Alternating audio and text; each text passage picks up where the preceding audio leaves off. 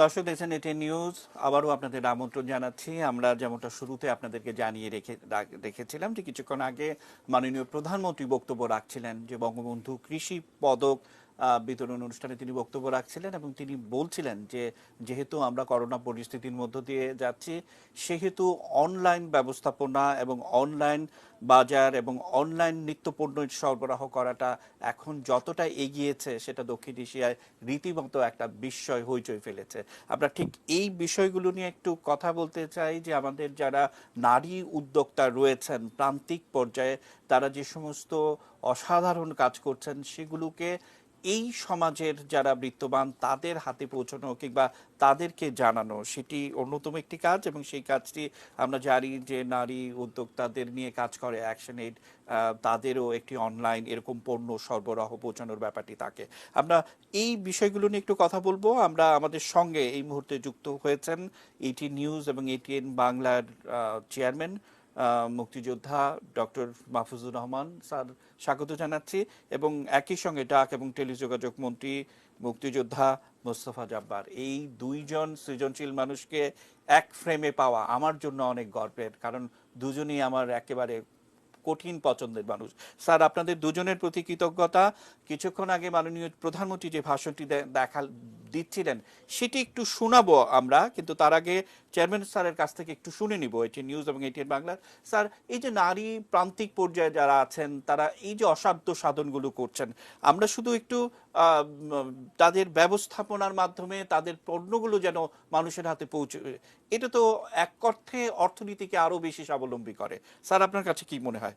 Doctor Mahfuzur Rahman sir. এইটা আমার মতে এটা ভালো উদ্যোগ, যেরকম অ্যাকশন এড তারা এই নারীদেরকে নিয়ে যেভাবে কাজ করে যাচ্ছেন এবং তারা চাচ্ছেন বাংলাদেশের নারী উদ্যোক্তারা যাতে বাড়িতে বসেই নানা রকম ব্যবসা বাণিজ্য করতে পারে। এতে যে সবচেয়ে বড় যে উপকারটা হবে, যে সরকার তো চেষ্টা করে যাচ্ছে বিভিন্ন জায়গায় নারীদেরকে কর্মসংস্থানের ব্যবস্থা করা, কিন্তু এইটা সরকারের সঙ্গে সঙ্গে আমরা যদি যারা বেসরকারি যারা আছি প্রত্যেকে যদি আমরা উদ্যোগ নেই, তাহলে দেখা যাবে যে আমরা একটা বিশাল নারী গোষ্ঠীকে আমরা কর্মসংস্থানের ব্যবস্থা করে দিতে পারবো। সুতরাং এই উদ্যোগটা আমি বলবো যে খুবই ভালো। যেমন নারীরা বাড়িতে বসে নানা রকম জিনিস বেচাকেনা করবে, বিভিন্ন আইটেম নিয়ে তারা কাজ করবে। তাতে হবে কি বিশাল একটা নারী গোষ্ঠী, যেটা তারা এই কর্মসংস্থানের ব্যবস্থা নিজেরাই করে নিতে পারবে।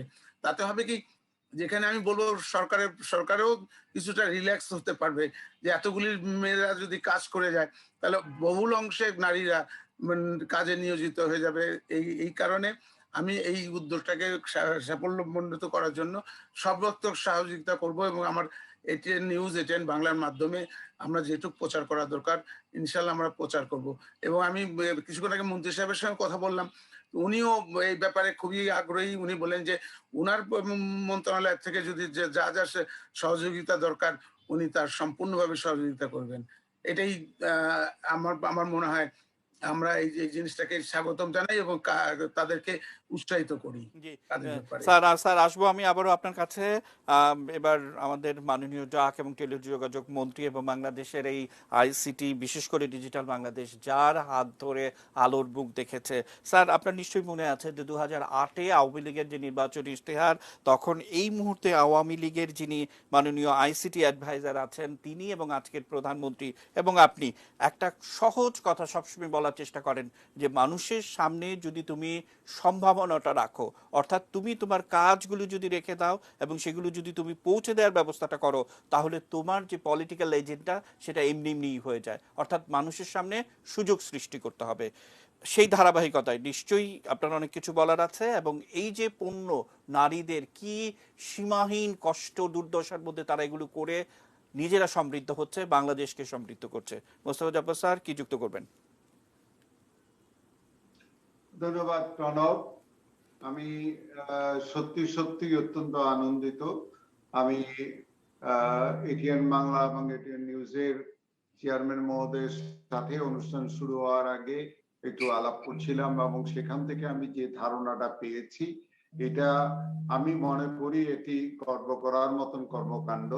তার কারণটা হচ্ছে এইভাবে, আমরা আমাদের জনগোষ্ঠীর শতকরা প্রায় 50 ভাগকে সাধারণত রান্নাবান্না আর ছেলে পেলে মানুষ করার জন্যই নিয়োজিত করে রেখে দেই, ঘর দুয়ার পরিষ্কার করা এবং অন্যান্য কাজগুলো, গৃহস্থালী কাজগুলো করার জন্য। কিন্তু আমাদের যে অভিজ্ঞতা, বাংলাদেশের বিশেষ করে, বাংলাদেশ একটি কৃষিভিত্তিক সমাজ থেকে এসছে, মূলত এই কৃষিভিত্তিক সমাজের কেন্দ্রবিন্দু থাকে কিন্তু নারীরা, এবং সমস্ত কিছু পরিচালনার ক্ষেত্রে নারীদের একটা বলিষ্ঠ ভূমিকা থাকে। এবং সেইখানে আমি দেখে আসছি যে তারা একই সাথে যেমন ঘর দুয়ার ম্যানেজ করে, তেমনি সন্তানদের দায়িত্ব পালন করে, তেমনি করে কৃষিভিত্তিক যে জীবন ছিল সেই জীবনকে সম্পূর্ণ সচল রাখা, এটা কিন্তু আমরা এই নারীদের কাছ থেকে পেয়ে এসেছি। আমাদের এখন যেটা হয়েছে সেটা হচ্ছে আমাদের সেই নারীরা কিন্তু শিক্ষায় শিক্ষিত হচ্ছে, তাদের দক্ষতাও বেড়েছে এবং তাদের পরিধিটাও বিস্তৃত হয়েছে।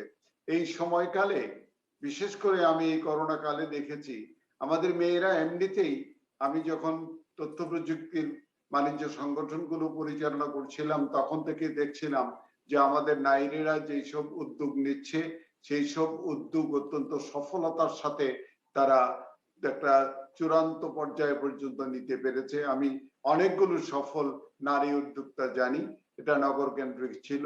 কিন্তু এখন যেটি হয়েছে সেটি আরেকটু বিস্তৃত। এখন দেখতে পাচ্ছি যে এটা কেবলমাত্র ঢাকা শহর কেন্দ্রিক না, এটি একদম গ্রাম কেন্দ্রিক, এমনকি পাহাড় কেন্দ্রিক যেসব প্রত্যন্ত অঞ্চল আছে সেই সব জায়গা থেকে পর্যন্ত আসলে আমাদের মেয়েরা উদ্যোগ নিতে সক্ষম হচ্ছে।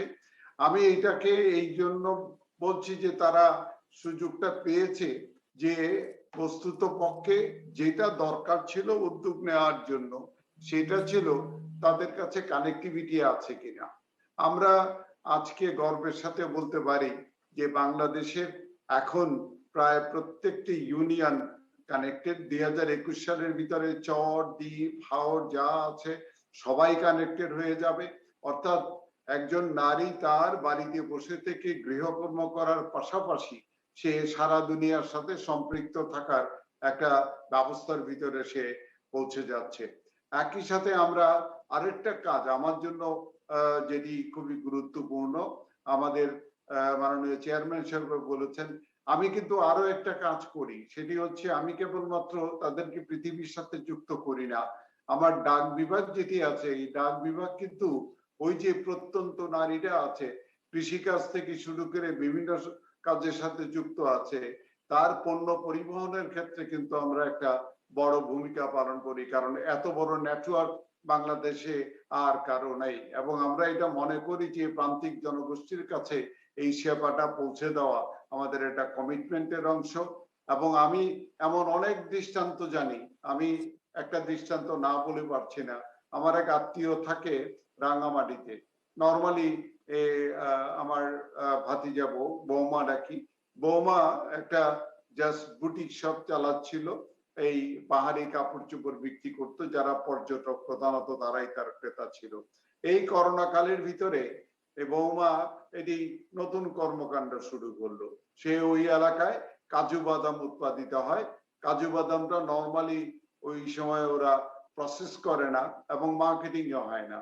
বৌমা এই কাজু বাদাম জাস্ট এই গাছ থেকে নিয়ে এসে সংগ্রহ করে এটাকে প্রসেস করে যখন বাজারজাত করা শুরু করলো, দেখলো যে এটা একটা বিশাল ব্যবসায় রূপান্তরিত হয়ে গেছে। একজন নারী শুরু করেছিল, এখন তার প্রায় 100-র উপরে নারী এর মধ্যে যুক্ত হয়ে গেছে। তো আমি মনে করি যে আমাদের মেয়েদেরকে সুযোগ দিতে পারলে তারা মেধাবী, তারা সৎ, আন্তরিক এবং পরিশ্রমী। ফলে আমাদের দায়িত্ব হচ্ছে যে আমরা তাদেরকে সেই পরিবেশটা তৈরি করে দিতে পারি কিনা। এইটাই কিন্তু একমাত্র জায়গা, আমাদের মেয়েরা অসাধারণ কাজ করতে পারে, তাকে সেই কাজের পরিবেশটা আমাদের তৈরি করে দিতে হবে, সুযোগ সুবিধাগুলো তৈরি করে দিতে হবে। মাহফুজ ভাই যেরকম বললেন যে তিনি তাদের পৃষ্ঠপোষকতা করবেন, তেমনি করে আমি অন্তত প্রতিজ্ঞাবদ্ধভাবে বলছি যে ওদের সহযোগিতা করার জন্য যে পর্যায় থেকে যেই চাপ না কেন, তাদেরকে আমি যাতে সকল রকমের সুযোগ সুবিধা পায়, আমার যে এলাকাটা আছে এই এলাকাটাতে আমি তাদের পাশে থাকবো। আমি দীর্ঘদিন যাবৎ 34 বছর যাবতই আমি আসলে এদের পাশে থেকে তাদেরকে দিয়ে এমন সব কাজ করেছি যেগুলো কেউ হয়তো ভাবতেও পারে নাই। আমি প্রণব, আপনি জানেন আমি বাংলা অক্ষর তৈরি করিয়েছি। আপনি শুনলে অবাক হবেন যে আমার বাংলা অক্ষর তৈরি করার ক্ষেত্রে আমাদের মেয়েরা অসাধারণ ভূমিকা পালন করেছে, কারণ তাদের মধ্যে ক্রিয়েটিভিটি আছে, পরিশ্রম করার ক্ষমতা আছে, আন্তরিকতা আছে। সেগুলোকে কাজে লাগানোটা আমাদের জন্য খুবই জরুরি এবং এখন এটি আরো উপযুক্ত সময়। আমি ধন্যবাদ দেই যারাই তাদের পৃষ্ঠপোষকতা করেছে, তাদেরকে সংগঠিত করার চেষ্টা করছে, তাদের সকলকে। এবং আমাদের মাননীয় প্রধানমন্ত্রীও এই জায়গাটাতে অবশ্যই গুরুত্ব দিচ্ছেন। স্যার আমি আসবো ডক্টর মাহফুজুর রহমান স্যার, আপনার কাছ থেকেও শুনবো, কিন্তু এই মুহূর্তে আমাদের সঙ্গে একজন একেবারে প্রান্তিক পর্যায়ে নারী উদ্যোক্তা আছেন, মিলি খাতুন। তার কাছ থেকে একটু অভিজ্ঞতাটা শুনবো যে কি কি পণ্য আপনারা অনলাইনে পাঠানো কিংবা কি কি গুলো করছেন, সেখানে কোথায় বাধা থাকছে বা আর কি সহযোগিতা পেলে এই কাজগুলো আরো ত্বরান্বিত হয়। মিলি খাতুন, আপনি কি যুক্ত করবেন?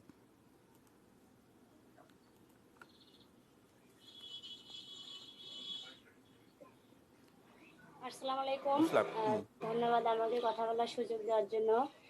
ধন্যবাদ এসকেএস ফাউন্ডেশন এবং অ্যাকশন এইডকে। আমি এই এসকেএস ফাউন্ডেশন এবং MMWW সাথে 16 সাল থেকে জড়িত। যখন প্রথমে আমরা এখানে জড়িত হই, আমাদের গ্রামের নারী যারা তাদের মানে তারা যে ক্ষুদ্র ক্ষুদ্র পণ্য উৎপাদন করত, এই পণ্যগুলো তারা মানে নিজে খাইতো এবং বাজারে যে বিক্রি করত খুব স্বল্প দামে এবং মানে কোনো শৃঙ্খলাবদ্ধ ছিল না। তারা ছেলে বা স্বামীর দ্বারাই এগুলো বাজারে পাঠাইতো, কিন্তু তাদের যেই মানে পরিশ্রমের যে মানে মূল্য, এটা তারা সঠিকভাবে পেত না। যখনই আমরা এই যে মেকিং মার্কেট ওয়ার্ক ফর উইমেনের সাথে জড়িত হই, তারা আমাদেরকে বিভিন্ন প্রশিক্ষণ দিয়ে বিভিন্ন সহযোগিতা করে আমাদের আগ্রহ বাড়িয়ে তোলে এবং সেখানে আমরা আমাদের এই যে দেখা যাচ্ছে যে বিভিন্ন পণ্য আমরা একা আমাদের তো ক্ষুদ্র ক্ষুদ্র মানে জমি বা ক্ষুদ্র জায়গা, আমাদের অল্প সংখ্যক যে পণ্যগুলো উৎপাদিত করতাম আমরা, দেখা যায় সেখান থেকে আমাদের মানে লাভ হতো না। পরে আমরা সবাই মিলে একত্রিত হয়ে পণ্যগুলো মানে সবারগুলো একত্রিত করে আমরা একখানে করে কালেকশন পয়েন্টের মানে একখানে করার পরে আমরা বড় পাইকারদের সাথে কথা বলে নেই, তাদের সাথে আমার চুক্তি হয়। আমাদের এই যে নারী মেলা, আমাদের যে পণ্য মেলা, এখানে প্রতি রোববার, সপ্তাহের প্রতি রোববার আমাদের এই কৃষি পণ্য বড় পাইকারদের কাছে আমরা ট্রান্সফার করি। তারা আমাদেরকে এই উচিত যে মূল্য বিষয়টা বড় দিয়ে নিয়ে যায় পাইকারদের কাছে এবং আপনারা এই পণ্য সব এখন ট্রান্সফার আমরা করেন, এটা একটা দিক। আবার পাশাপাশি এটা তো একদিনে হয়নি। আমাদের সঙ্গে ওসমান হারুনি নামে আরেকজন এই প্রক্রিয়াটি যারা করেন, তার কাছেও আমরা একটু ছোট করে শুনবো যে এই মুহূর্তে বাংলাদেশ সরকার, যেমন স্থানীয় সরকার পল্লী উন্নয়ন সমবায় প্রতিমন্ত্রী, তিনি কিছুক্ষণের মধ্যে আমাদের সঙ্গে যুক্ত হবেন। কি ধরনের সহযোগিতা আপনারা প্রত্যাশা করেন? এবং মাননীয় মোস্তফা জব্বার যেমনটা বলছিলেন যে যত দ্রুততম সময়ের মধ্যে, আবার কিছুক্ষণ আগে প্রধানমন্ত্রীও কিন্তু বলেছেন যে এই করোনাকালীন সময়টিতে যাতে অনলাইনে মানুষ অনেক বেশি সুযোগ সুবিধা পায় সেটার ব্যাপারটা নিশ্চিত করা। একদম ছোট করে কি ধরনের সুযোগ সুবিধা আপনারা প্রত্যাশা করেন, ওসমান হারুনি? আমাদের সুযোগ সুবিধা হচ্ছে জি, আমি একটু, ওসমান হারুনি শুনতে পাচ্ছেন আমাকে? ওসমান হারুনি, আপনি আমাকে শুনতে পাচ্ছেন?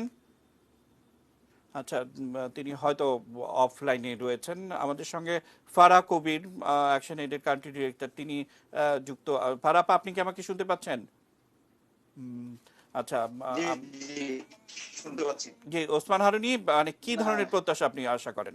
হ্যাঁ, আমি শুনতে পাচ্ছি, জি কিন্তু হারুনি বোধহয় উনি কানেক্ট করেছেন। জি হারুনি জি আপনি বলেন। আচ্ছা, হারুনি আপনি বলেন, তারপর আমরা ফারাহ আপার কাছে যাব।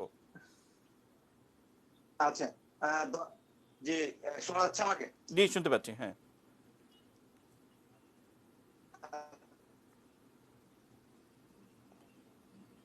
আচ্ছা, ওসমান হারুনি, আপনার ব্যান্ডউইথে বেশ সমস্যা হচ্ছে। আমরা একটু ফারাপার কাছ থেকে শুনে নিতে চাই। ফারাপা, আমাদের সঙ্গে মাননীয় ডাক ও টেলিযোগাযোগ মন্ত্রী এবং HN news 18 Bangla chairman sir রয়েছেন, স্থানীয় পল্লী সরকার সমবায় উপমন্ত্রী তিনি যুক্ত হবেন। কি ধরনের প্রত্যাশা আপনারা করেন যে এগুলো আরো বেশি মাঠ পর্যায়ে ছড়িয়ে দিতে? ফারাপা।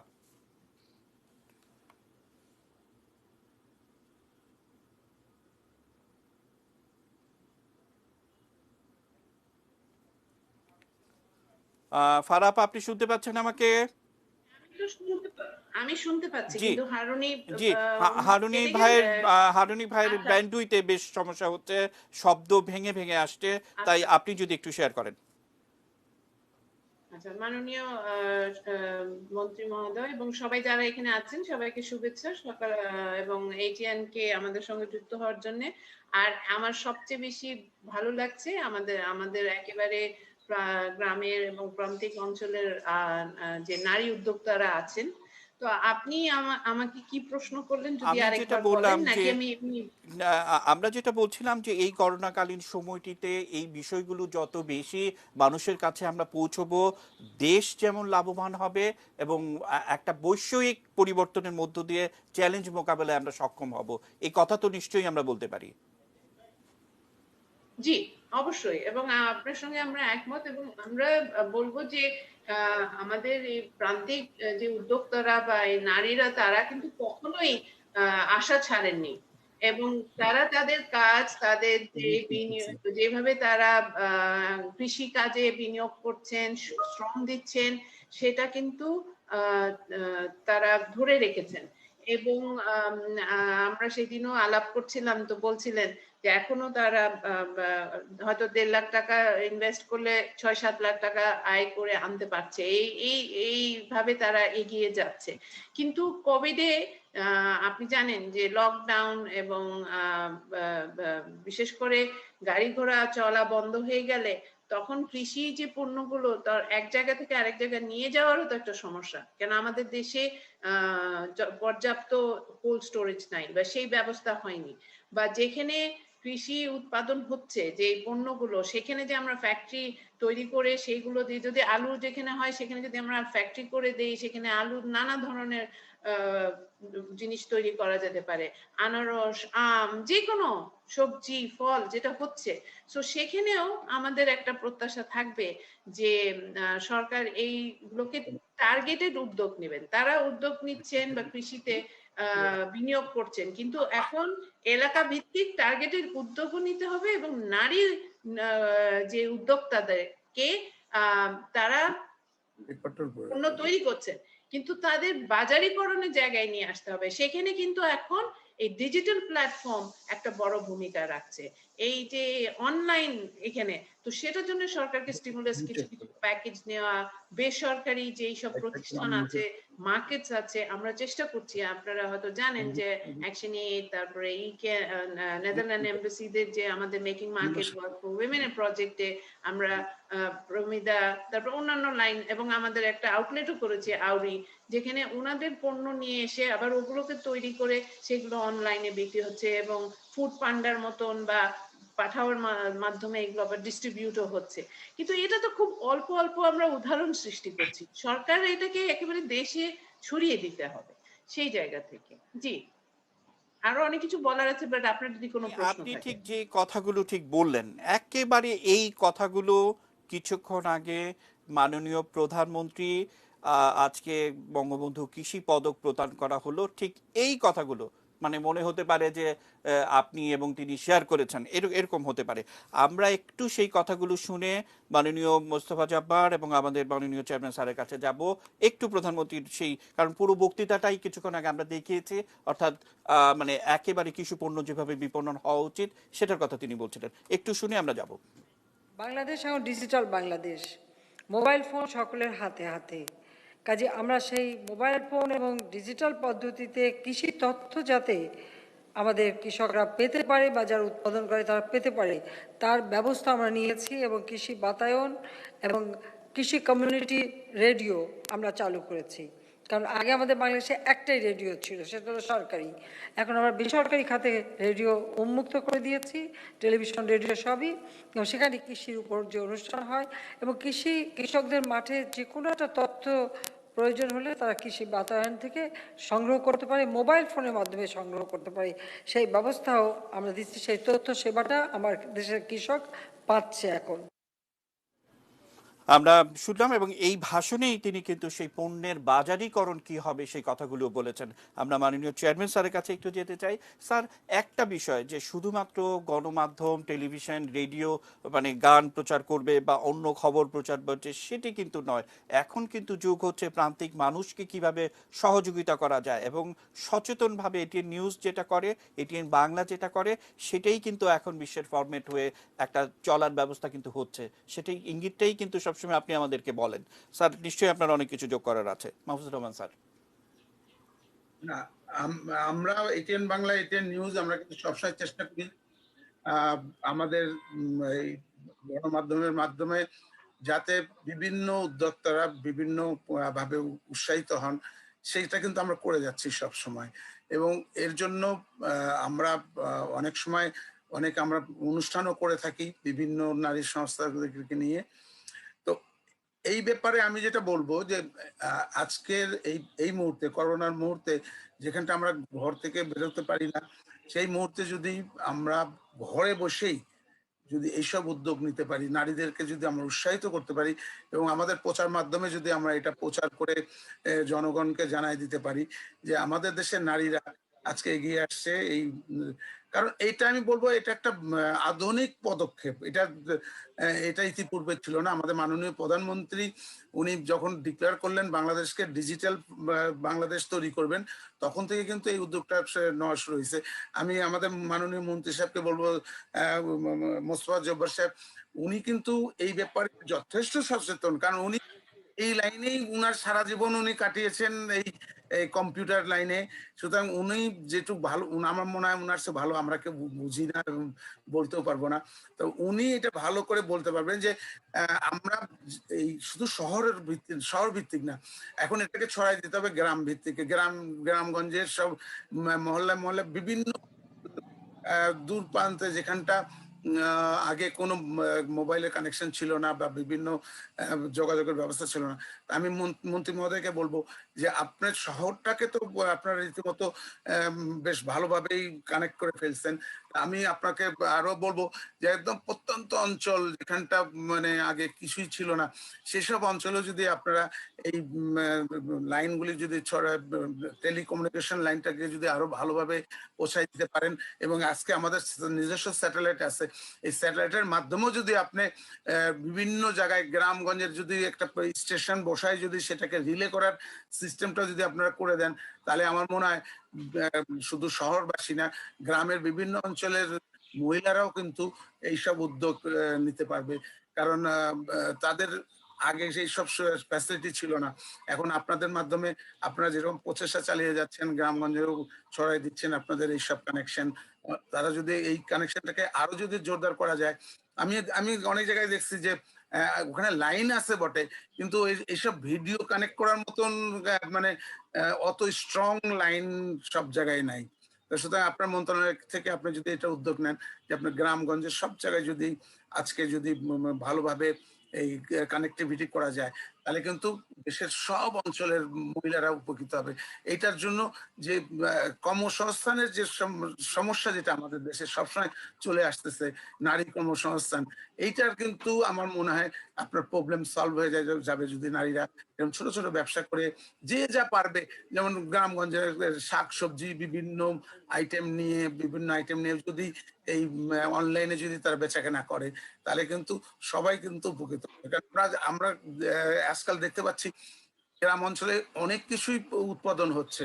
আর আমাদের প্রধানমন্ত্রী যে একবারই এক খামারের মাধ্যমে দেখা যায় যে, আমি অনেক অঞ্চলে দেখছি রংপুরের ওইদিকে, মানে ছোট্ট জমি, বাড়ির পাশে ছোট্ট জমিতে স্ট্রবেরি চাষ করে। এটাও কিন্তু একটা ভালো, স্ট্রবেরি একটা খুব দামি ফল। যদি সেরকম যদি এই বিভিন্ন জায়গায় যারা তৈরি করে, তারা যে অনলাইনের মাধ্যমে যদি বিক্রি করতে পারে, তা আমার মনে হয় তারাও অনেক বেশি উপকৃত হবে। সুতরাং আমরা এটিএন বাংলা, এটিএন নিউজ আমরা কিন্তু সব সময় আমরা চেষ্টা চালিয়ে যাই যাতে আমরা এইসব কাজে যাতে উৎসাহিত করতে পারি, এটা কিন্তু আমরা সবসময় করে যাচ্ছি। সুতরাং এটা আমি আবারও মন্ত্রী সাহেবকে বলবো যে এটা আপনারা একটু যদি ভালো উদ্যোগে, মানে গ্রামগঞ্জে যদি এই কানেক্টিভিটিটা যদি একটু আরেকটু স্ট্রং করতে পারেন, তাহলে মনে হয় বাংলাদেশের সবাই উপকৃত হবে। অসংখ্য ধন্যবাদ মাননীয়, জি স্যার অসংখ্য ধন্যবাদ। আমরা মাননীয় মন্ত্রী স্যারের কাছে যাব। মাননীয় মন্ত্রী, আমি শুধু দুটি তথ্য আপনাকে একটু সামনে রাখতে চাই যে 1972 সালে যে প্রথম বাজেটটি হলো সেখানে বঙ্গবন্ধু 8 কোটি টাকা বরাদ্দ রাখলেন যে একেবারে প্রান্তিক পর্যায়ে যারা নারী আছেন তাদেরকে কিভাবে সহযোগিতা করা যায়। তখন এই মাইক্রো ক্রেডিট কিংবা অন্যান্য বিষয়গুলো তখনও কনসেপ্ট হয়নি যে কিভাবে মানুষকে টাকা দিয়ে ফেরত নিয়ে আসে, সেটা না, একেবারে আক্ষরিকভাবে এই 8 কোটি টাকা তাদেরকে দিয়ে দিতে হবে কর্মসংস্থানের জন্য। এটি একটি উদাহরণ, এবং দেখা গেল যে 73-74 সালে তারা প্রত্যেকেই স্বাবলম্বী হয়েছে, সেই টাকা তারা ফেরতও দিয়েছে। কিন্তু এটি কিন্তু মাইক্রো ক্রেডিট ছিল না, যদি পারেন তাহলে ফেরত দিবেন, এরকম একটি বিষয়। আমরা দেখলাম কিছুদিন আগে মাননীয় প্রধানমন্ত্রী ঘর দিয়েছেন, 1 বছর হয়নি, কিন্তু রাজশাহীর একটি ঘটনা, মুন্সিগঞ্জের একটি ঘটনা, অর্থাৎ ঘরের যে সামান্য জায়গা সেখানে মরিচ চাষ করে সেই মরিচ বাজারে বিক্রি করেছেন আমাদের নারী উদ্যোক্তারা। মানে এইগুলো অসংখ্য উদাহরণ হয়তো আমি আনতে পারি। আর স্যার যেহেতু সারা বাংলাদেশে ঘোরেন, অনেক তথ্যপাত্র আছেন, আপনার বক্তব্যের পর আমরা একটু আবারও ফারহাবার কাছে যাব।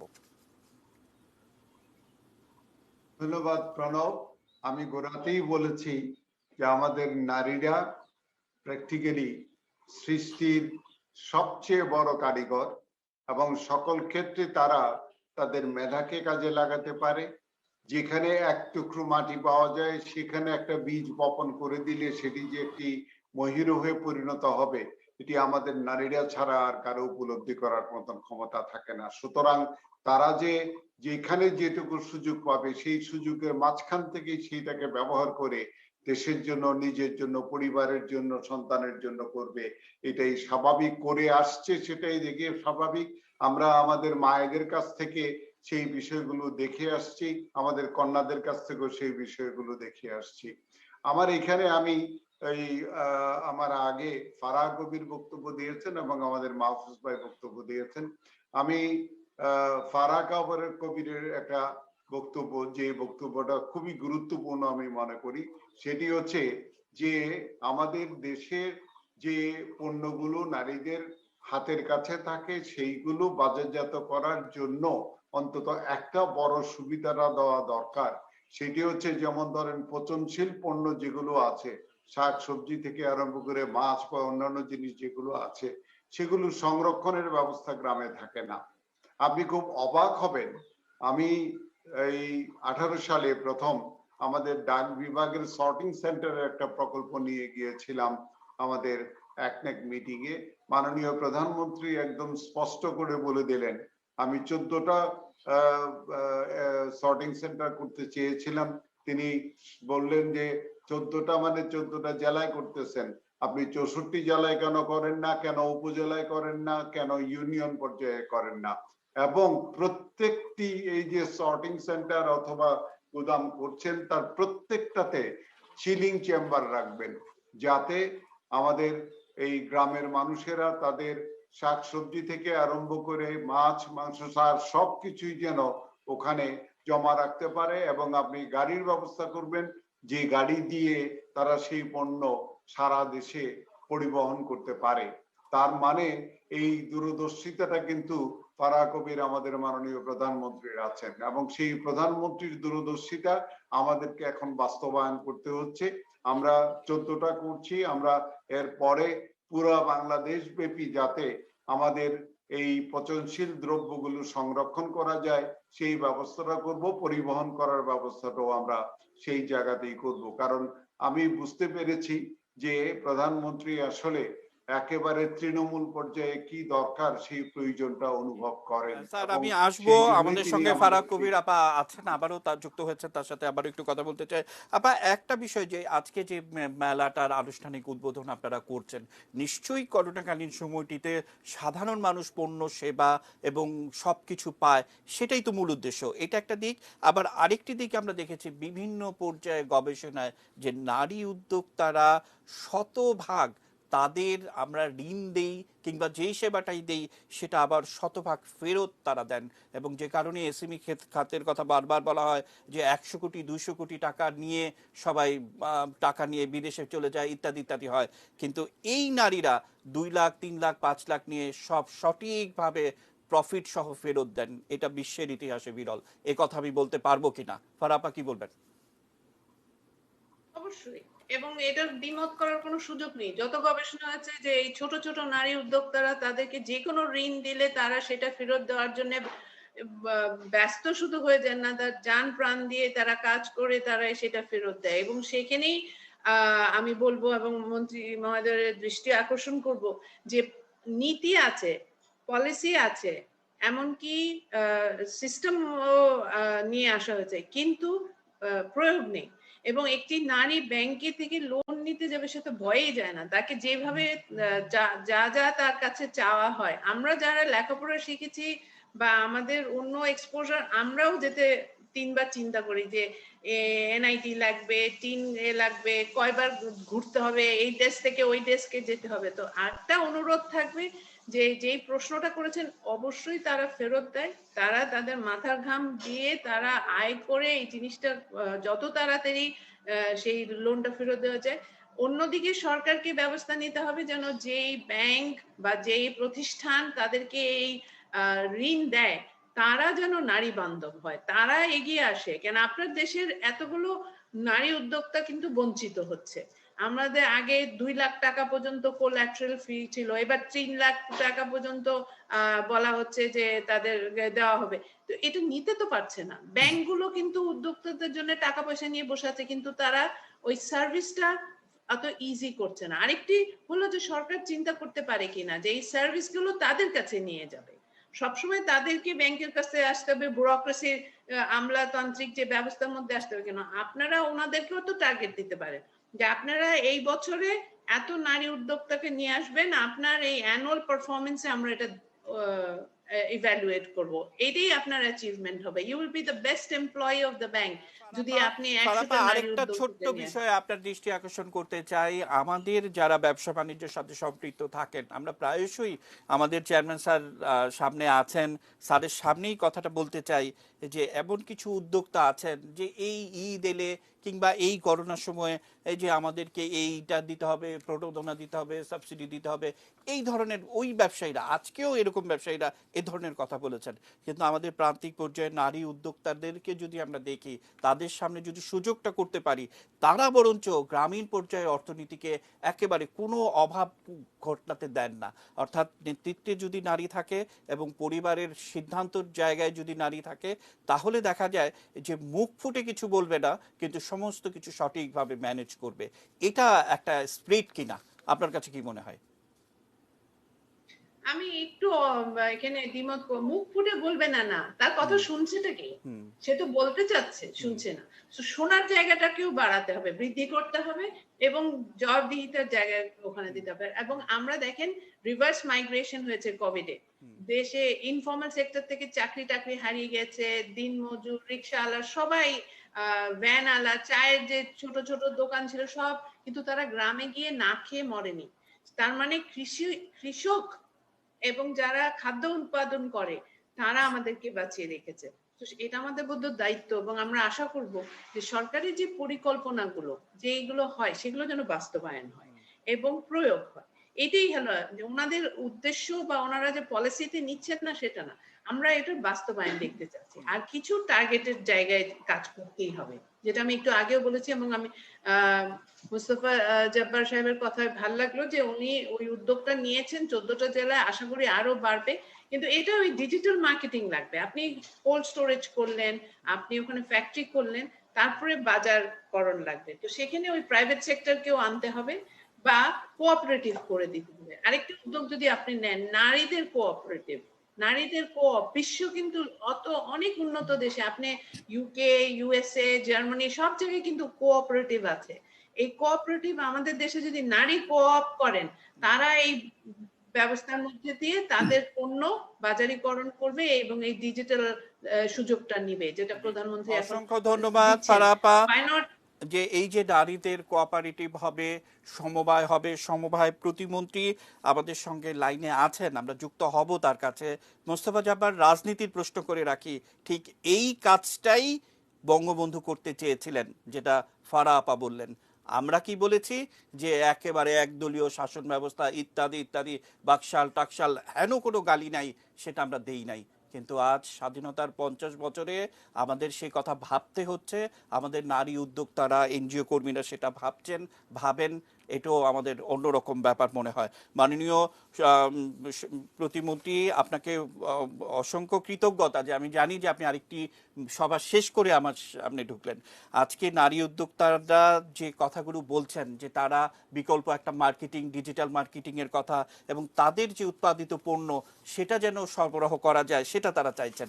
নিশ্চয়ই আপনার একটু ভাবনা আছে স্বপন ভট্টাচার্য, আপনার কাছ থেকে শুনে আমরা মাননীয় ডাক টেলিযোগাযোগ মন্ত্রী এবং ডক্টর মাহফুজুর রহমান স্যারের কাছে আবারও একটু যাব। স্বপন ভট্টাচার্য, কিছু যোগ করার আছে কিনা? জি, আপনাকে ধন্যবাদ। আমি কৃতজ্ঞতা জানাচ্ছি যে আপনি বারবার আমাকে নক করছিলেন একটু যোগদান করার জন্য।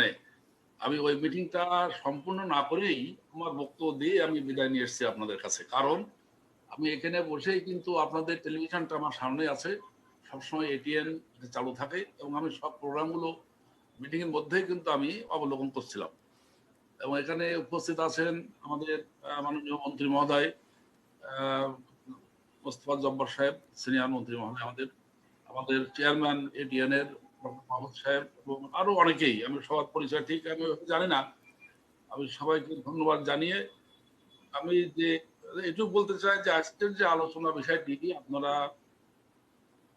বলছেন, এটি একটি গুরুত্বপূর্ণ বিষয়। যে মাননীয় মন্ত্রী, নারী উদ্যোক্তাদের কর্মসংস্থান সৃষ্টি, সেগুলো বাজারজাত, এটা কিন্তু একেবারে আপনার মিনিস্ট্রি, কিন্তু স্থানীয় সরকার এবং পল্লী উন্নয়নে অনেক বেশি ভূমিকা রাখেন এই প্রান্তিক নারীরা। মাননীয় মন্ত্রী, একটি বড় ভূমিকা আছে এবং এটি রাখার দরকারও আছে, এবং এটি আমার কাছে খুব একটা ইন্টারেস্টিং ব্যাপার। আবার এটা দায়িত্ব তোলার কিছুটা আছে, এবং আমরা সেভাবে কাজও করে যাচ্ছি। জানেন যে আমাদের সমবায় ভিত্তিক যে কার্যক্রম চলছে সেখানে নারীদের অংশগ্রহণ একটি উল্লেখযোগ্য বিষয়, এবং আমাদের মাননীয় প্রধানমন্ত্রীর নির্দেশ আছে যে সমবায় অন্তত যে পরিমাণ সমবায় রেজিস্ট্রেশন হবে তার অর্ধেক জন নারীরা আসে। আমরা এ পর্যন্ত মাত্র আমরা এ পর্যন্ত 17% নারীদের সমবায় মধ্যে অন্তর্ভুক্ত করতে পেরেছি।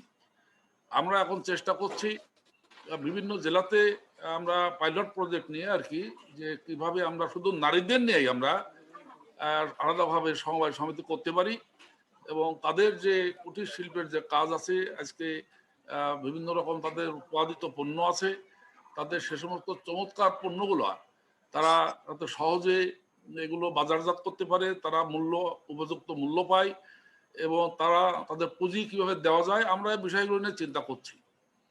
এবং আপনাকে একটা ভালো সুখবর দিই যে আমরা ইতিমধ্যে উন্নত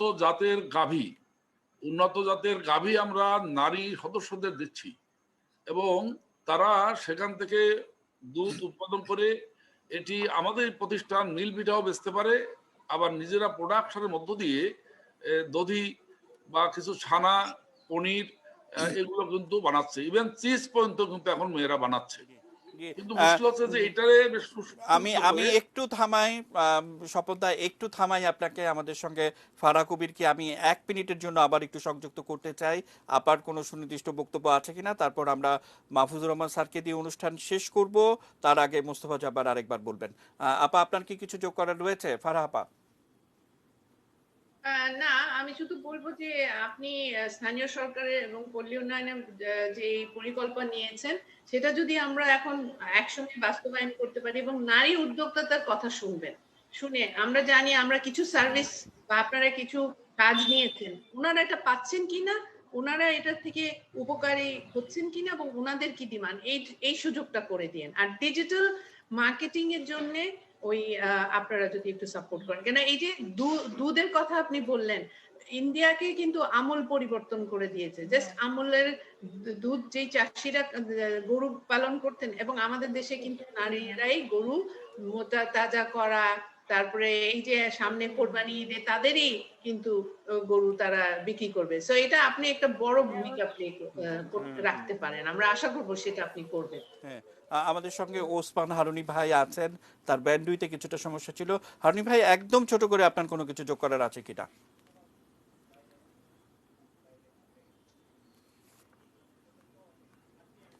আচ্ছা, তার ব্যান্ডউইথের সমস্যাটার কারণে আমরা হয়তো তার কথা শুনতে পারলাম না। আমরা শেষ করব মাহফুজুর রহমান স্যারকে দিয়ে, তার আগে মুস্তাফা জব্বার স্যার তার সমাপনী বক্তব্যে যা বলবেন। মুস্তাফা জব্বার স্যার। উনি সভাপতি, ধন্যবাদ আমি প্রণব। বলতে পারবো না। জি, জি, মুস্তাফা আমি জব্বার স্যার। একটু ফারাহ কবিরের বক্তব্যের জবাবটা দিয়েছিলাম, আমি মাহফুজ ভাইয়ের বক্তব্যের একটু যোগ করতে চাই। মাহফুজ ভাই বলতে চেয়েছিলেন যে আমরা নগরকে ভালোভাবে নেটওয়ার্কের আওতায় আনতে পেরেছি, এটি গ্রামের কি অবস্থা। মাহফুজ ভাই, আপনাকে আমি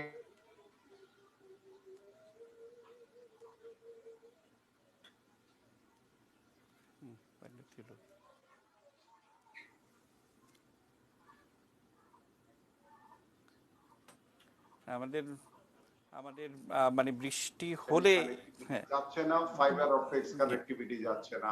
অতএব আমরা এই টার্গেটটা এটাই করেছি মাননীয় প্রধানমন্ত্রীর বক্তব্য অনুসারে, যে আমরা আমাদের তৃণমূলে একেবারে গ্রামে বসবাসকারী যারা, তাদেরকে যেন ডিজিটাল জগতের সাথে কানেক্টেড রাখতে পারি, এবং ফারাহ কবিররা যে প্রত্যাশা করেন সেই প্রত্যাশা অনুযায়ী যেন আমরা তাদেরকে অবকাঠামোটা তৈরি করে দিতে পারি, এবং এর পাশাপাশি পরিবহন সহ যার মজুদ করার যে সুবিধাগুলো সেগুলো যে আমরা দিতে পারি।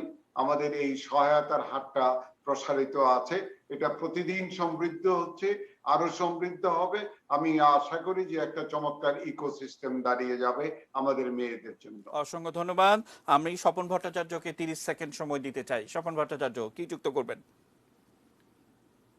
আমি ওইটুকু বলতে চাই যে যে কথা আমাদের এখানে বলা হলো যে দুধ নিয়ে আমরা নারীদের কি কাজ করছি, আমরা কিন্তু এখন ব্যাপকভাবে নারীদের সম্পৃক্ত করছি। আমরা এইটুকু বলি যে এই বছরের আমাদের আগামী যে বাজেট আছে, বাজেটে আমরা 140 কোটি টাকা শুধু গাভী মহিলাদের মধ্যে দেওয়ার জন্য প্রকল্প গ্রহণ করেছি।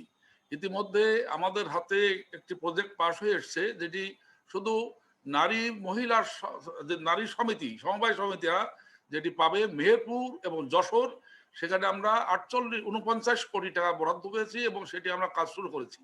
কাজেই দুধের পরে আমরা যাতে নারীদের সম্পৃক্ত করতে পারি এর চেষ্টা তো করবোই। তারপরেও আমি বলছি যে আমরা যে নারীদের যে কুটির শিল্প, যে বাঁশ শিল্প, সূচি শিল্প, সব ক্ষেত্রে কিন্তু আমরা সহযোগিতা করতে পারি। পর্যায়ক্রমে আমরা এগুলো করব এবং এটা করা উচিত, কারণ বঙ্গবন্ধুর মূল কিন্তু লক্ষ্য ছিল একটি স্বাধীন বাংলাদেশ, সবাই বাঙালি স্বাধীন হবে তাই নয়।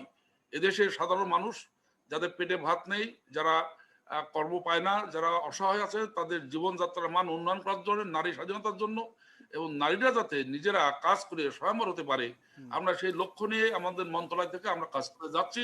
আপনাদের আলোচনাটা আমি সম্পূর্ণ শুনতে পারিনি, পারলে আরো উপকৃত হতাম। আমরা মাননীয় মন্ত্রী শেষ করব, আবার বলে রাখছি আমরা আরো একদিন হয়তো এই বিষয়গুলো নিয়ে কথা বলবো। আমরা অনুষ্ঠানের একেবারে শেষ ধাপে চলে এসেছি। ডক্টর মাহফুজুর রহমান স্যারকে দিয়ে আমরা অনুষ্ঠানের সমাপ্তি ঘটাতে চাই। স্যার, শেষ কথা হবে আপনার, এবং আপনি আমাদেরকে বলেছিলেন আপনার একটা বক্তব্যে যে রাষ্ট্রবিজ্ঞানের ছাত্র হিসেবে আপনি দেখেছিলেন যে সেই সময় আজকে ফারাহ কবির কোঅপারেশনের কথা বলছে, সেই সমবায়ের কথা বলা হচ্ছে, এইগুলো আজ থেকে 50 বছর আগে, 49 বছর আগেই কিন্তু এই পরিকল্পনায় ছিল, কিন্তু নানা কারণেই আমরা করতে পারিনি, সেটাও আমাদের একটা দিক। ডক্টর মাহফুজুর রহমান, শেষ করব, আপনার শেষ কথা। আমি ফারাহ কবির একটা কথা বলতে চাই, যে উনি বললেন যে ব্যাংকে নারী উদ্যোক্তারা যখন ব্যাংকে যায় লোন নেওয়ার জন্য, ইভেন 3 লাখ টাকা লোন নেওয়ার জন্য যখন ব্যাংকে যায়, ব্যাংকের বিরাট ফর্মালিটিস এর জন্য তারা এই লোনটা নিতে পারে না। এই জিনিসটা আমি সরকারকে বলবো, অর্থমন্ত্রীকেও বলবো, যে এই জিনিসটা যদি তারা সহজ না করতে পারে, তাহলে নারী উদ্যোক্তারা যে সামান্য লোনটা নেওয়ার যার চেষ্টা করে, এটা নিতে পারবে না। আমি এটুক বলতে পারি যে নারীরা ছেলেদের থেকে, ছেলে উদ্যোক্তার থেকে কিন্তু ভালো পে মাস্টার। তারা যে দেখা গেছে অতীতে যে গ্রামীণ ব্যাংকের যে লোনটা ছিল, সেখানটা যে দেখা গেছে যে নারীরা কিন্তু প্রায় বেশিরভাগই তার পয়সা শোধ, লোন শোধ দেওয়ার চেষ্টা করে গেছে এবং শোধ দিছেও।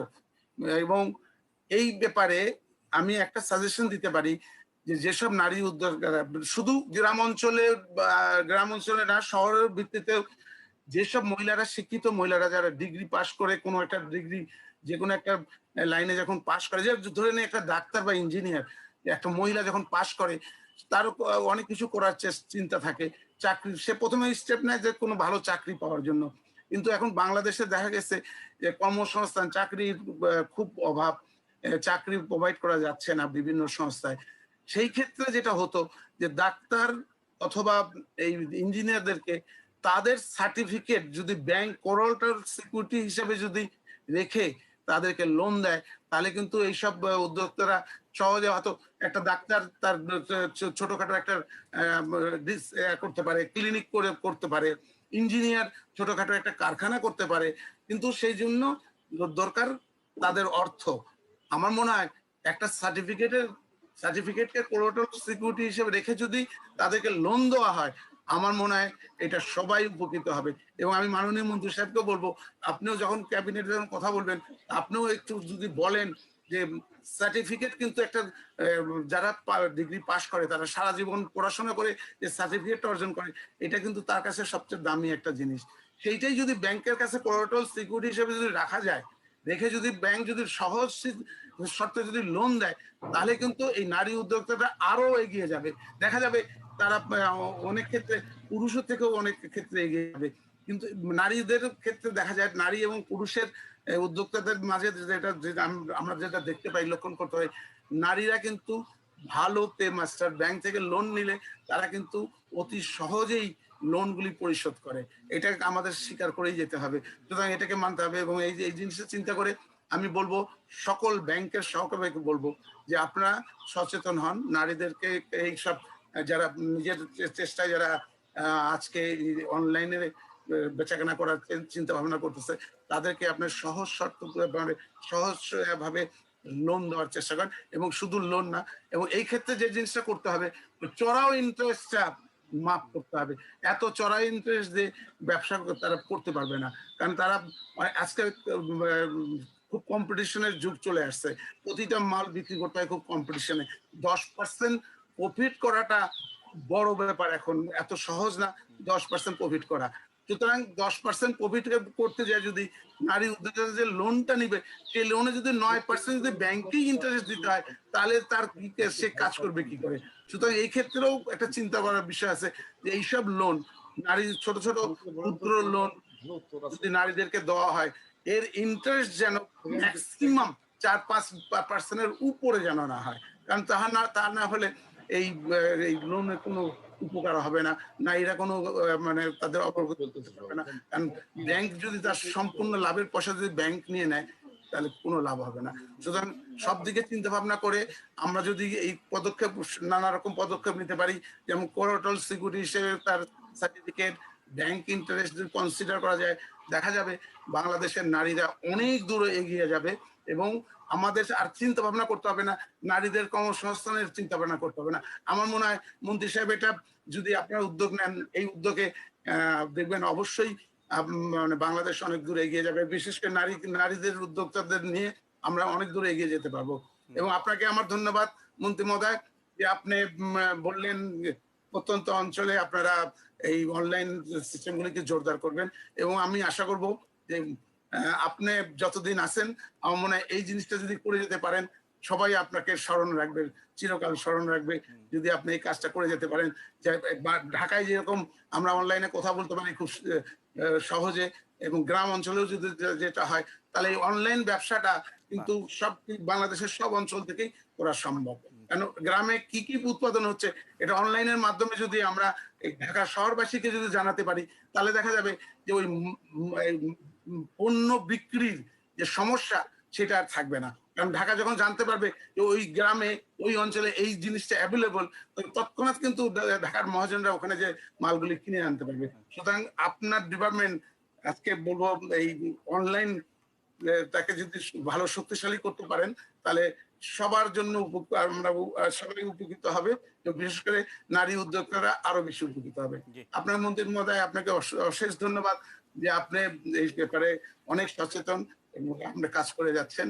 আশা করব যে এটাকে আরো ভালোভাবে করে এবং খুব সহজ ভাবে মানে এর একটু যদি রেটটাকেও একটু আপনারা কনসিডার করে যদি দিতে পারেন যে যাতে সহজে সবাই যেন এই অনলাইন সিস্টেমটাকে কাজে লাগাতে পারে। এখানে টাকা পয়সারও ব্যাপার আছে, এখন যদি হাই চার্জ যদি আপনারা করে রাখেন তাহলে হয়তো তারা উপকৃত হবে না। তো এখানেও একটু আপনারা বিবেচনা করবেন বলে আমি আশা রাখি। ধন্যবাদ সবাইকে। অসংখ্য ধন্যবাদ এবং প্রত্যেককে কৃতজ্ঞতা জানিয়ে আজকের আয়োজন শেষ করতে চাই। সবসময় খবরের আপডেট পেতে চোখ রাখুন প্রিয় এটিএন নিউজের পর্দায়।